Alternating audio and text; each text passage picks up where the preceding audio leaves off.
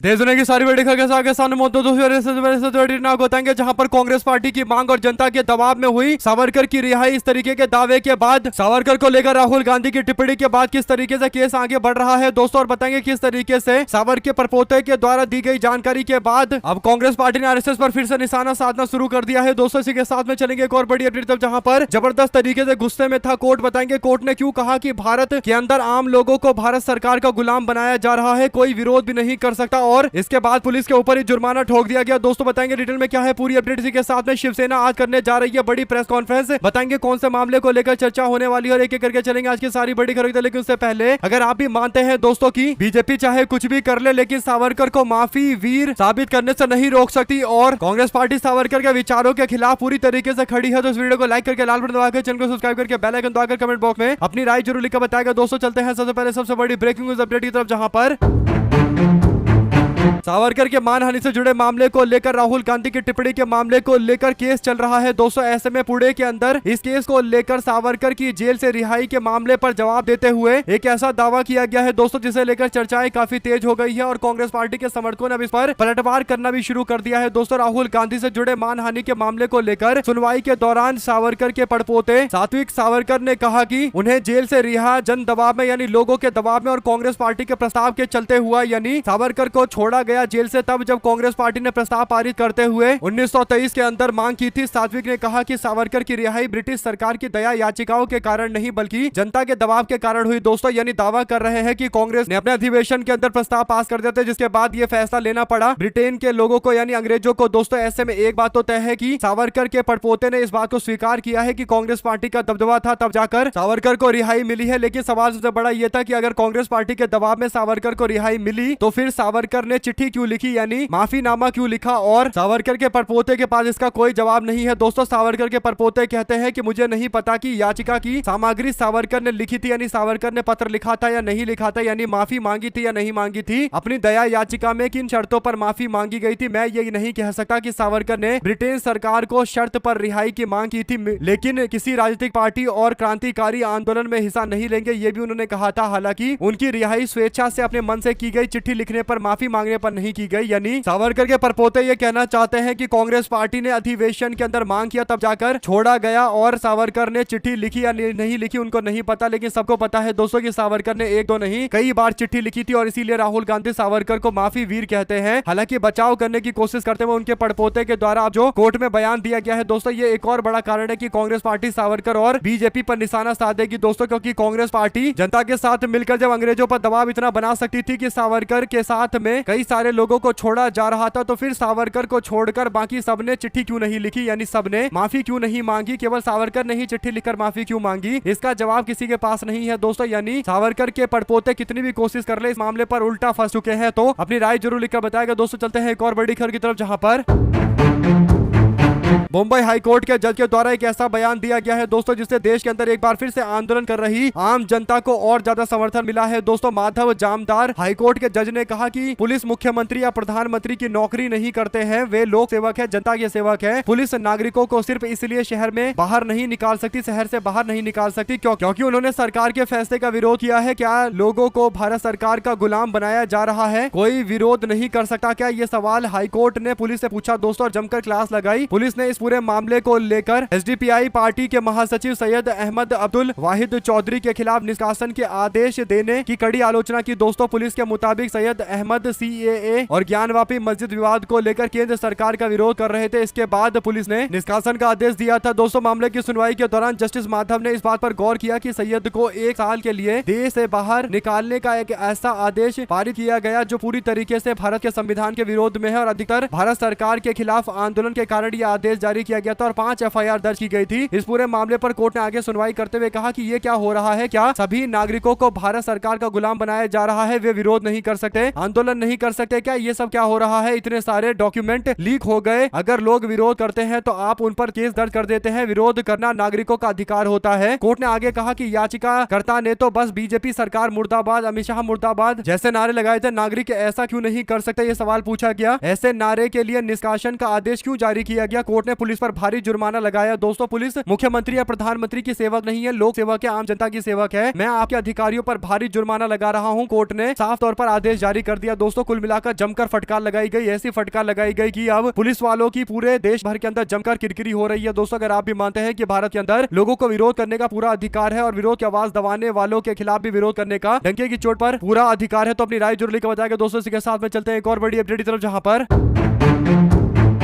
संजय राउत की ओर से बड़ी जानकारी दी गई। दोस्तों संजय राउत ने बताया कि यलगार होने जा रहा है और शिवसेना यूबीटी के नेता उद्धव ठाकरे आज प्रेस कॉन्फ्रेंस करेंगे और ये प्रेस कॉन्फ्रेंस 12:30 बजे के आसपास होगा, मातोश्री के अंदर होगा, यानी उनके घर पर होगा। और अभी हाल फिलहाल के अंदर शिवसेना यूबीटी के सांसदों के पलटी मारने को लेकर कुछ और बड़े ऐलान कर सकते हैं उद्धव ठाकरे। दोस्तों और ये एक बड़ी तैयारी की तरफ इशारा कर रहा है, क्योंकि प्रेस कॉन्फ्रेंस अमूमन करते नहीं है उद्धव ठाकरे, लेकिन अगर अपने घर मातोश्री पर प्रेस कॉन्फ्रेंस कर रहे हैं तो आने वाले दिनों को लेकर कुछ बड़े ऐलान जल्द कर दिए जाएंगे, इसमें कहीं कोई दो राय नहीं है। जो भी अपडेट इससे जुड़ी आती रहेगी दोस्तों आप तक लगातार पहुंचाते रहेंगे। इसी के साथ में शिवसेना यूबीटी के नेता संजय राउत ने एक बार फिर से इस बात को दोहराया है कि राहुल गांधी देश के अंदर प्रधानमंत्री पद के सबसे बड़े उम्मीदवार बन सकते हैं और राहुल गांधी इंडिया गठबंधन का नेतृत्व संभालने की पूरी क्षमता रखते हैं, यानी राहुल गांधी के नेतृत्व में ही अगला चुनाव लड़ा जाना चाहिए। शिवसेना यूबीटी इस बात को लेकर एकदम क्लियर है। दोस्तों एक पार्टी जो कांग्रेस पार्टी के नेता राहुल गांधी को डंके की चोट पर समर्थन कर रही है और इंडिया गठबंधन का नेतृत्व कांग्रेस को करना चाहिए, बल्कि राहुल गांधी चेहरा होना चाहिए, ये खुलकर बोल रहे हैं। दोस्तों इस पर आप लोग क्या अपनी राय देना चाहते हैं लिखकर जरूर बताएगा। साथ ही साथ राम मंदिर के चंदा चोरी मामले को लेकर अब केसी वेणुगोपाल ने इस मुद्दे पर प्रधानमंत्री नरेंद्र मोदी को चिट्ठी लिखकर केंद्र की राजनीति में इस मुद्दे को जोर शोर से आगे बढ़ा दिया है। दोस्तों जो बड़ी अपडेट है वो ये की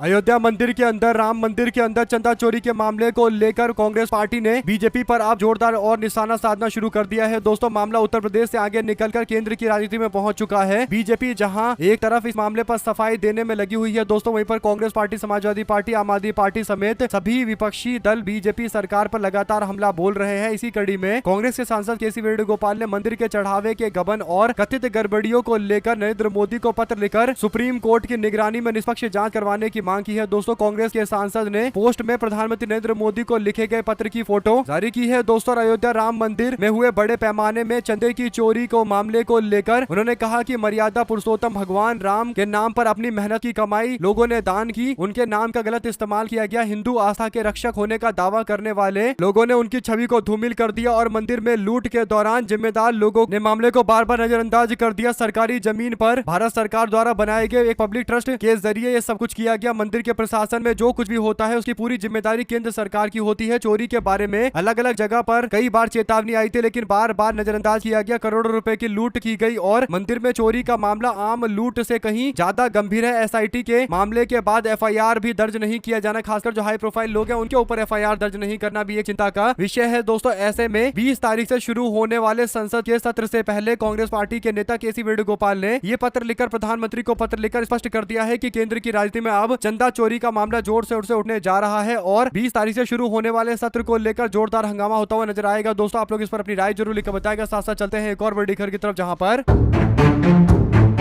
कांग्रेस पार्टी ने प्रसिद्ध तीर्थ स्थली उज्जैन में हुए कथित जमीन घोटाले को लेकर बीजेपी और मध्य प्रदेश सरकार के विरुद्ध एक बड़ा अभियान शुरू करने की घोषणा की है। दोस्तों इसकी सुप्रीम कोर्ट की निगरानी में न्यायिक जांच की मांग दोहराई गई है। पार्टी ने मुख्यमंत्री मोहन यादव के इस्तीफे की मांग करते हुए प्रदेश सरकार से उज्जैन जमीन घोटाले पर श्वेत पत्र जारी करने के लिए कहा। ऑनलाइन पोर्टल भी कांग्रेस पार्टी की ओर से लॉन्च किया जाएगा। कांग्रेस पार्टी कार्यालय में AICC यानी ऑल इंडिया कांग्रेस कमेटी की ओर से प्रेस वार्ता में मध्य प्रदेश कांग्रेस के नेता और पूर्व विधायक प्रवीण पाठक ने कहा कि पार्टी के शीर्ष नेता पूरे प्रदेश के अंदर उज्जैन जमीन पर प्रेस कॉन्फ्रेंस करेंगे, यानी घोटाले पर प्रेस कॉन्फ्रेंस करेंगे और मध्य प्रदेश के अंदर एक ऑनलाइन पोर्टल भी कांग्रेस पार्टी लॉन्च करेगी, जिस पर आम जनता विभिन्न विभागों और अधिकारियों के भ्रष्टाचार की शिकायत सीधे तौर पर कांग्रेस पार्टी को पोर्टल के माध्यम से दे पाएंगे और प्रदेश के अंदर कितना भ्रष्टाचार चल रहा है इसकी पूरी रिकॉर्ड को तैयार किया जाएगा और ये आम जनता के बीच में एक प्लेटफॉर्म बनाकर उनसे शिकायतें लेकर उन अधिकारियों को पूरी तरीके से लिस्ट करने का मामला है। अगर आप भी मानते हैं कि इस तरीके का अभियान अगर सफल होता है तो अन्य राज्यों के अंदर भी अपनाया जाना चाहिए, जहां पर अधिकारियों के भ्रष्टाचार को लेकर पोर्टल जारी करते हुए आम जनता से उस पर ज्यादा से ज्यादा रिस्पॉन्स करने के लिए मांगना चाहिए। दोस्तों आपकी क्या राय है इस पूरे मामले पर लिखकर जरूर बताएगा। साथ साथ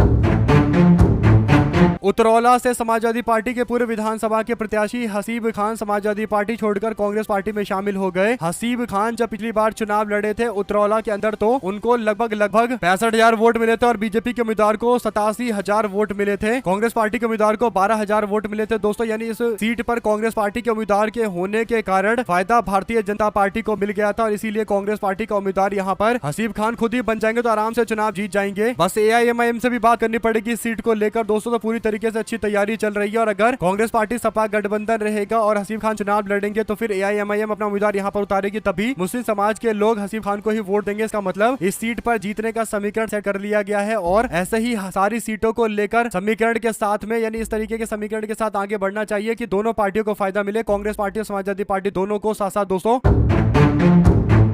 महाराष्ट्र के सीनियर नेता नाना पटोले ने कांग्रेस पार्टी में शरद पवार की पार्टी के विलय के मुद्दे को लेकर कहा कि ऐसी चर्चा नहीं है, ये अफवाह है जो मूल मुद्दों से ध्यान भटकाने के लिए किया जा रहा है। कांग्रेस पार्टी के एक और सीनियर नेता महाराष्ट्र के पूर्व मुख्यमंत्री पृथ्वीराज चौहान ने कहा कि उन्होंने ये खबर अखबार में देखी थी लेकिन व्यक्तिगत तौर पर उनको इस बारे में कुछ पता नहीं है। लेकिन जो एक बात क्लियर दिखाई दे रही है वो ये कि चाहे कोई भी दूसरी पार्टियां हो, अंत में सच्चाई ये है कि देश के अंदर केवल दो ही विचारधारा चल रही है। देश में दो विचारधारा की लड़ाई है, एक तो हिंदू राष्ट्रवादी जो फासिस्ट सरकार स्थापित करने की कोशिश कर रहे हैं और दूसरा समतावादी जो फूले साहू आंबेडकर और गांधी और नेहरू की विचारधारा को लेकर आगे बढ़ रहे हैं। तो ये दो ही विचारधारा है। छोटी पार्टियों का लोकल स्तर पर अस्तित्व जरूर है, इसमें कहीं कोई हर्जा नहीं है, लेकिन राष्ट्रीय स्तर पर दो ही विचारधारा देश के सामने है और इसीलिए अमेरिका की तरह भारत के अंदर भी दो पार्टी का सिस्टम एक तरीके से नजर आता है। एनसीपी को सोचना पड़ेगा कि आप किस दिशा में जा रहे हैं, यानी कांग्रेस पार्टी के नेता उनको भी हिदायत दे रहे हैं कि आपको सोचना पड़ेगा एनसीपी वालों को कि आप किस दिशा में है, यानी बातचीत को लेकर यहाँ से भी कोशिश की गई है दोस्तों। ऐसे में एनसीपी के लोग बेशक इस बात को मना कर ले कि बातचीत नहीं चल रही है, लेकिन हकीकत यह है कि बड़े स्तर पर राहुल गांधी और शरद पवार जब बातचीत करेंगे तो किसी और को पता चलेगा नहीं और केवल मीडिया में रिपोर्ट जो आ रही है वो यूं ही नहीं आ रही है, इसके पीछे जरूर कुछ ना कुछ बड़ा गेम चल रहा है दोस्तों। आप लोग की क्या राय है लिखकर जरूर बताएगा। साथ साथ चलते हैं एक और बड़ी खबर की तरफ जहां पर उत्तर प्रदेश के अंदर प्रदेश कांग्रेस के प्रभारी एडवोकेट राजेंद्र पाल गौतम पहली बार पार्टी के दफ्तर पहुंचे तो जोरदार तरीके से उनका स्वागत किया गया दोस्तों। इसके बाद पॉलिटिकल अफेयर्स कमेटी की बैठक और प्रदेश कार्यकारिणी की बैठक में शामिल हुए और इसके साथ ही राजेंद्र पाल गौतम की मौजूदगी में समाजवादी पार्टी के पूर्व प्रत्याशी हसीब खान, राजेश शुक्ला और फिरोज खान कांग्रेस पार्टी में शामिल हो गए। बीजेपी के कई लोग भी कांग्रेस पार्टी में शामिल हुए हैं दोस्तों। ऐसे में कांग्रेस के कार्यकर्ता भारी संख्या में उपस्थित रहे और इन सबको एकजुट किया गया है और आने वाले दिनों के लिए संघर्ष के लिए पूरी तरीके से तैयार किया गया है दोस्तों। ऐसे में एक बात क्लियर हो गई है कि कांग्रेस पार्टी के नेता राजेंद्र पाल गौतम के प्रभारी बनने के बाद पार्टी के अंदर जबरदस्त तरीके का उत्साह है और ये उत्साह पार्टी को काफी आगे तक ले जाता हुआ नजर आ रहा है दोस्तों। आप लोगों की इसमें क्या राय है लिखकर जरूर बताएगा। साथ साथ एक और बड़ी अपडेट आती है जहां पर समाजवादी पार्टी का दामन छोड़कर कांग्रेस पार्टी में शामिल हो गई महिला सभा की राष्ट्रीय महासचिव अर्चना पांडा और कांग्रेस पार्टी के नेता ने इनको पार्टी में शामिल कराया। राहुल गांधी और प्रियंका गांधी की विचारधारा के कारण प्रभावित होकर इन्होंने पार्टी बदलने का फैसला लिया है दोस्तों। साथ ही साथ उत्तर प्रदेश के अंदर भारतीय जनता पार्टी के एमएलए ब्रजभूषण राजपूत के एस्कॉर्ट वाहन पर अनियंत्रित ट्रक ने हमला कर दिया दोस्तों। ये मामला इसलिए गंभीर है क्योंकि कुछ दिनों पहले भारतीय जनता पार्टी के मंत्री के साथ में इनका विवाद काफी चर्चा का विषय बना था दोस्तों। जब स्वतंत्र देव सिंह के काफिले पर इन्होंने भारी भीड़ के साथ में आकर दबाव बनाकर अपने क्षेत्र के विकास की मांग की थी दोस्तों और चर्चा हुआ था कि बीजेपी का विधायक ही अपने मंत्री को घेर रहा है और उसके बाद जब चर्चाएं हुई तो फिर दावा किया गया कि सब कुछ बीजेपी के अंदर सही चल रहा है, लेकिन जान का खतरा बार बार इनके पिता के द्वारा बताया जा रहा था दोस्तों। और अभी अपडेट आ रही है जहां पर एक ट्रक इनके काफिले से आकर लगी है। इसके बाद इनके पिता ने फिर से भारतीय जनता पार्टी के विधायक को लेकर अपने बेटे के लिए बोला है कि उनकी जान को खतरा है। ऐसे में दोस्तों क्या भाजपा सरकार पर सवाल खड़ा करने के कारण बीजेपी के विधायक को जान का खतरा है? ये एक बहुत बड़ा सवाल है। ऐसे में आप लोग इस पर क्या राय देना चाहते हैं लिखकर जरूर बताएगा। साथ साथ चलते हैं एक और बड़ी अपडेट तरफ जहां पर शिवसेना यूबीटी के नेता संजय राउत ने कहा कि मौजूदा समय में भारतीय जनता पार्टी के नेता जिस तरीके से काम कर रहे हैं उसे एक बात साफ हो गई है कि आने वाले दिनों में स्थिति ऐसी हो जाएगी कि प्रधानमंत्री और गृह मंत्री अमित शाह एक दूसरे को ही तोड़ने पर आमादा हो जाएंगे। उन्होंने पत्रकारों से बातचीत करते हुए कहा कि एक दूसरे को तोड़ने का बहुत ज्यादा नशा है इन लोगों को, यानी दूसरे पार्टी को तोड़ने का बहुत नशा है। आने वाले दिनों के अंदर इन लोगों के पास कोई भी पार्टी तोड़ने के लिए नहीं रहेगी, तो ये लोग एक दूसरे को ही तोड़ेंगे और एक दूसरे के तोड़ने पर आमादा हो जाएंगे। इसके अलावा उन्होंने तमिलनाडु में राजनीतिक प्रसंग का भी जिक्र किया। दोस्तों उन्होंने कहा कि मैं दावे के साथ कह सकता हूं कि तमिलनाडु एक या दो नहीं बल्कि 35-35 करोड़ रुपए का खेल यहां पर हुआ है। टीवीके के 15 विधायकों को तोड़ने की कोशिश बड़े स्तर पर की गई है। इन विधायकों को तोड़ने का सीधा मकसद सरकार गिराना है और इन लोगों को चैन नहीं है, इन्हें नींद नहीं आती है और ये हर पार्टी में तोड़फोड़ करने की कोशिश करते हैं। उन्होंने कहा कि मौजूदा समय में जिस तरीके की स्थिति है उसे देखते हुए भविष्य में विपक्षी दलों की स्थिति अप्रासंगिक हो जाएगी, क्योंकि ये लोग केंद्रीय एजेंसी का सहारा लेकर तोड़फोड़ करने की कोशिश करते रहते हैं और तोड़फोड़ करते रहते हैं। ऐसे में दोस्तों शिवसेना यूबीटी सबसे ज्यादा बीजेपी के तोड़फोड़ का शिकार बनी है और इसी मामले को लेकर भाजपा पर कह रहे हैं कि हम बीजेपी के 10 टुकड़े कर देंगे, ईडी और सीबीआई हमारे हवाले कर दीजिए, हम बता देंगे कि कैसे पार्टियां टूटती है। यानी भाजपा वाले जो बोल रहे हैं कि उनकी पार्टी यानी शिवसेना यूबीटी अपने आप टूट रही है। अगर ईडी और सीबीआई विपक्ष के पास आ जाए, शिवसेना यूबीटी के नेता के पास आ जाए, वो कहते हैं कि मेरे पास हो तो मैं बीजेपी को 2 मिनट में बता दूंगा कि कैसे भाजपा के 10 टुकड़े करे जा सकते हैं। साथ साथ राम मंदिर में चढ़ावा चोरी को लेकर सियासत जारी है। दोस्तों ऑल इंडिया मजलिस इत्तेहादुल मुस्लिमीन के प्रमुख सांसद असदुद्दीन ओवैसी ने आरोप लगाया कि मुस्लिमों का नाम अगर इस मामले में सामने आ जाता तो उनके साथ कैसा व्यवहार किया जाता हम लोग कल्पना भी नहीं कर सकते। उन्होंने कहा कि या तो एनकाउंटर कर दिया जाता या फिर घर पर पूरा बुलडोजर चलाकर हमेशा हमेशा के लिए उम्र कैद की सजा करवा दी गई होती और इस तरीके का मामला सामने आता। और ये बात एकदम सही है दोस्तों। कहीं ना कहीं भारतीय जनता पार्टी जो कोशिश कर रही थी वो इस मामले पर उसे मिला नहीं। यानी बीजेपी सोच रही होगी कि कोई मुस्लिम व्यक्ति अगर मिल जाता तो उसके नाम पर पूरा बिल फाड़ देते कि उसकी वजह से ऐसा हुआ है, लेकिन ऐसा कोई व्यक्ति मिला नहीं। तो फिर अब बीजेपी के लोग राम मंदिर चंदा चोरी के मामले को लेकर बैकफुट पर है और मामले को जैसे तैसे दबाने की कोशिश कर रहे हैं, लेकिन ये मुद्दा और ज्यादा उभर कर सामने आ रहा है और जितना दबाएंगे उतना आगे भी और उभर कर सामने आएगा, क्योंकि ये आम जनता के विश्वास को तोड़ने उनसे किए गए लूटपाट का एक बहुत गंभीर मामला है जिसकी जितनी निंदा की जाए उतनी कम है। साथ साथ राम मंदिर के मामले को लेकर अरविंद केजरीवाल की प्रतिक्रिया सामने आती है। दोस्तों अरविंद केजरीवाल कहते हैं कि राम मंदिर में इतने बड़े घोटाले हो गए, मोदी जी आपको कैसे पता नहीं चला। सच तो यह है कि आपको सब कुछ पता है, लेकिन आप धृतराष्ट्र बने पड़े हैं। जब देश के सामने सच आने लगा तो आप आंखों में धूल झोंकने के लिए एसआईटी, फर्जी एसआईटी बनवा रहे हैं। यानी नरेंद्र मोदी इस मामले को लेकर एक तो चुप्पी साध कर बैठे हैं, दूसरा उत्तर प्रदेश की सरकार एसआईटी का दावा कर रही है कि एसआईटी बना दिया गया, जांच कर ली जाएगी, लेकिन सबको पता है कि एसआईटी केवल धूल झोंकने के लिए बनाई गई है, इससे ज्यादा कुछ नहीं है। साथ साथ बीजेपी सरकार का जानलेवा सिस्टम। मुंबई के अंदर 17 साल की आलिया चांदीवाला अपने घर से बाहर निकली थी दोस्तों, लेकिन जल भराव के कारण पानी में करंट उतर आया जिसकी वजह से वो चपेट में आ गई और उनकी मौत हो गई। ये बीजेपी सरकार के करप्ट सिस्टम से हुई मौत का मामला है। आज बीजेपी का ये सिस्टम पूरे देश के लोगों की जान ले रहा है, लेकिन इस पर कोई जवाब सामने आने को तैयार नहीं है दोस्तों। यानी कोई जिम्मेदारी लेने को तैयार नहीं है बीजेपी के नेता और प्रदेश के मुख्यमंत्री, महाराष्ट्र के मुख्यमंत्री देवेंद्र फडणवीस, जो बड़े बड़े दावे विकास को लेकर करते हैं दोस्तों। इनके विकास के दावे पूरी तरीके से खोखले हैं और आम जनता की जान जा रही है, लेकिन इस पर एक टिप्पणी मुख्यमंत्री की तरफ से सामने नहीं आया। मुख्यमंत्री या उनका कोई अधिकारी जिम्मेदारी लेने तक को तैयार नहीं है दोस्तों। यानी भारत के अंदर ज्यादातर ये देखने को मिलता है कि किसी व्यक्ति की लापरवाही के कारण दूसरे की, आम जनता की जान चली जाती है, लेकिन जिस सरकारी व्यक्ति के लापरवाही के कारण जान जाती है उसके ऊपर कोई कार्रवाई नहीं होती और मामले में पता भी नहीं चलता कि आखिर दोष किसका था। लेकिन जिम्मेदारी तो किसी न किसी की होनी चाहिए और एक व्यक्ति की जान चली जाना और मामले को दबाकर ठंडे बस्ते में डाल देना, इससे ही कहीं ना कहीं देश के अंदर, भारत के अंदर कितनी बुरी स्थिति है आम जनता की दोस्तों, ये सबके सामने बातें प्रकट हो रही है। साथ साथ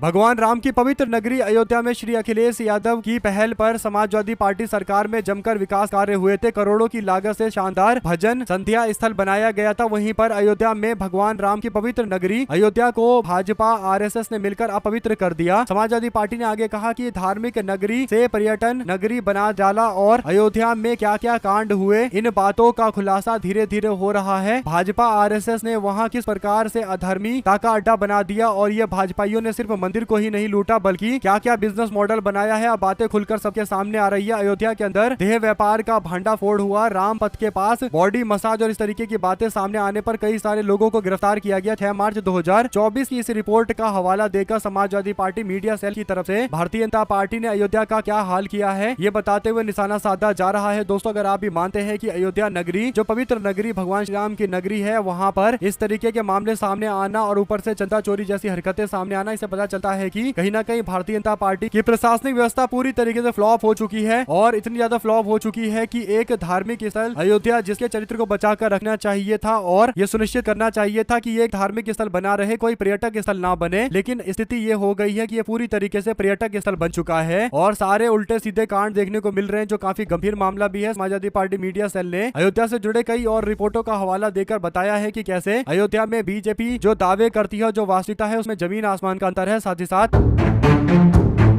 पार्टी विरोधी गतिविधि में शामिल 2 कांग्रेस पार्टी के नेताओं को पार्टी ने निलंबित कर दिया है। दोस्तों, जम्मू कश्मीर के 2 नेताओं को पार्टी ने निष्कासित कर दिया है, जिसमें अनुशासनात्मक कार्रवाई समिति के सदस्य सचिव तारिक अनवर की ओर से जारी विज्ञप्ति के अनुसार प्रदेश कांग्रेस कमेटी के 2 नेताओं मोहम्मद अनवर भट्ट और बशीर अहमद खान को निलंबित करने का प्रस्ताव कांग्रेस पार्टी के अध्यक्ष मल्लिकार्जुन खड़गे ने स्वीकृति प्रदान कर दिया और आगे बढ़ाया है। कांग्रेस पार्टी की जम्मू कश्मीर इकाई में पिछले कुछ महीनों से आंतरिक कलह देखने को मिल रहा था। प्रदेश कांग्रेस कमेटी के अध्यक्ष तारिक अहमद कर्रा के खिलाफ कुछ नेताओं ने मोर्चा खोल दिया। दोस्तों, जो वरिष्ठ नेताओं ताराचंद और वकार रसूल वानी के करीबी माने जाते हैं, अनवर भट्ट तथा खाना भी उन्हें नेताओं में शामिल थे जो कर्रा और प्रदेश कांग्रेस कमेटी के खिलाफ मुखर थे। कांग्रेस पार्टी नेतृत्व ने जम्मू कश्मीर इकाई में अनुशासनहीनता और पार्टी विरोधी गतिविधि के कारण ये बड़ी कार्रवाई की है। दोस्तों, ऐसे में हर प्रदेश के अंदर कांग्रेस पार्टी विरोधी गतिविधि में शामिल लोगों के खिलाफ कार्रवाई कर रही है, ताकि यह सुनिश्चित रहे कि पार्टी के अंदर डिसिप्लिन मेंटेन रहे। वहीं पर नीतीश कुमार कैबिनेट का हिस्सा बनेंगे, ये बातें खुलकर सामने आ गई है। दोस्तों, मोदी के कैबिनेट का विस्तार होगा, जिसमें राघव चड्ढा, स्वाति मालीवाल का नाम जोड़ा जाएगा, अनुराग ठाकुर और श्रीकांत सिंधे और तेजस्वी सूर्या का नाम भी आगे किया जा सकता है। ऐसे में दोस्तों, नीतीश कुमार को कैबिनेट में शामिल तो किया जाएगा, लेकिन क्या मंत्री बनाया जाएगा, यानी कौन सा मंत्रालय दिया जाएगा, ये बड़ी बात है, क्योंकि हाई प्रोफाइल मिनिस्ट्री अगर मिलेगा तभी नीतीश कुमार मंत्रिमंडल में शामिल होंगे, वरना नीतीश कुमार मंत्रिमंडल में आने की कोशिश भी नहीं करेंगे। और उनको पता है कि भाजपा वालों को कि अगर नीतीश को लेकर आना है तो भारी मंत्रिमंडल देना पड़ेगा, और भारी देने के लिए उनको भारी मंत्रिमंडल खाली करवाना पड़ेगा। तो ऐसे में क्या राजनाथ सिंह इस्तीफा देंगे, क्या वित्त मंत्री इस्तीफा देंगी, क्या परिवहन मंत्री इस्तीफा देंगे, या सहकारिता मंत्री अमित शाह इस्तीफा देंगे, अब देखने वाली बात रहेगी। दोस्तों, हमारे साथ लगातार जुड़े दोस्तों का बहुत बहुत धन्यवाद। देख रहे थे आपका चैनल जय हिंद जय भारत, ज्यादा वीडियो को शेयर कीजिए। बहुत